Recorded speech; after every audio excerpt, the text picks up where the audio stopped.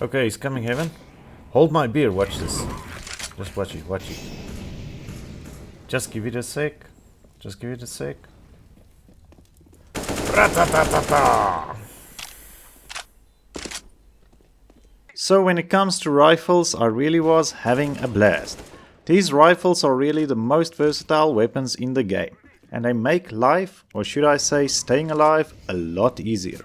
The rifles are a lot more forgiving in that, for instance, you might hit a person with 5 or 6 shots with an SMG and they are still alive. With the rifles you don't have that problem. So you need a bit less accuracy with the rifles than with the SMGs, however the rifles do have spray patterns that are a lot harder to control than the SMGs. So after doing my qualifying matches I ranked in the rifle account as an MG2, which is the highest starting rank of all the accounts so far. I am however not certain about this rank because you can see my performance in all the matches was pretty average. I was never the top fragger, never the bottom fragger, I was always in the middle of a squad just pulling some weight.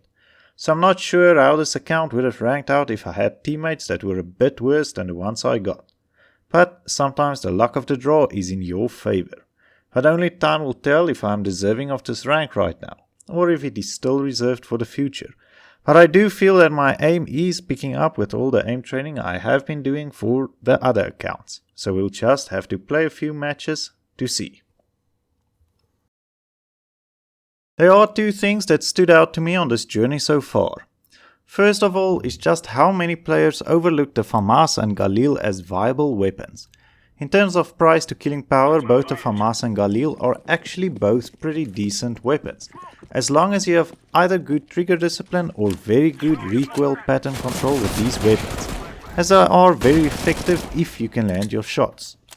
Both of these weapons also come in quite cheap and are actually both able to deliver some good damage and kills over quite a distance.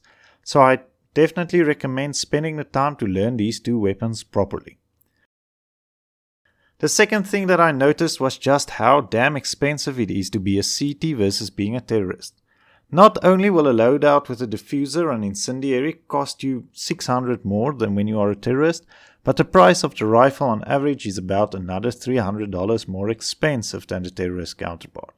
So being a CT with a decent loadout is almost $1,000 more expensive than being a terrorist. And for me, there were two interesting aspects to this. I saw a lot of guys who didn't want to buy a quad gun because they felt that it was too expensive for a rifle. However, on the CT side, where they are already at an economical disadvantage, they would spend more money on an M4, and this was just an interesting psychological observation for me. However, something that I found a lot was fully bought CTs in a 1v4 clutch situation, going for the defuse out of no other reason than habit alone. While in the pro leagues you often see a lot of times that teams will rather save in a 3v5 situation even. And this was just another aspect of the game where I feel that some players forget the economic costs involved when you die as a CT. They totally disregard the economic element within the game, and that sometimes they forget that saving your weapon and gear is really the better play than going on a 1v4 suicide mission. But hey, that's just me. How do you guys feel about saving your gear instead of going for the defuse? Let me know in the comments below.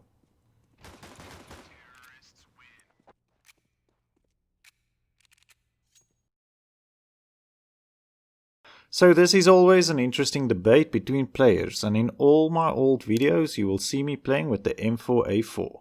However, after doing these rifle only matches I have been won over to the M4A1, and I really feel that there is no wrong or right answer here. But for me, the price difference and the better accuracy of the M4A1 more than makes up for the lack of ammo. But that is just me, and I'm interested in knowing from you guys which one you prefer and why. Let me know in the comments below. With regards to my aim training, I'm still doing aim labs, and although I know this is not optical training for CSGO specifically, I do find a way that aim lab shows your score at the end of a run to always make it feel as if you are improving. So for me, doing aim labs also has a lot to do with motivation. Furthermore, I am supplementing my training with some in-game workshop maps and a training routine adapted from one of the newer ones coming from hikes. I made a video on this new aiming routine and I find it very useful to improve my aiming abilities. And the link should be on your screens as well as in the description below. Furthermore, I am still diligently doing my YPRAC maps to help me with crosshair placement because I still find my crosshair dropping off a bit during matches. And getting perfect crosshair placement takes a lot of practice, especially if you think about all the pre-fire spots across all the maps. I will also be adding in once a week on rifle nights, half an hour of recoil practice, 7 minutes AK, 7 minutes M4, 7 minutes FAMAS, 7 minutes Khalil. And if you guys have any ideas how I can further improve, feel free to leave the suggestion in the comments below. So that's it guys, I just thought I'd bring you an update on how the series is progressing and to show you that it is still happening. I am currently busy grinding out the sniper only account and I am already at 8 out of 10 matches, so expect an update on that account soon. So thank you once again for joining me on this journey. Until next time, let the grind continue.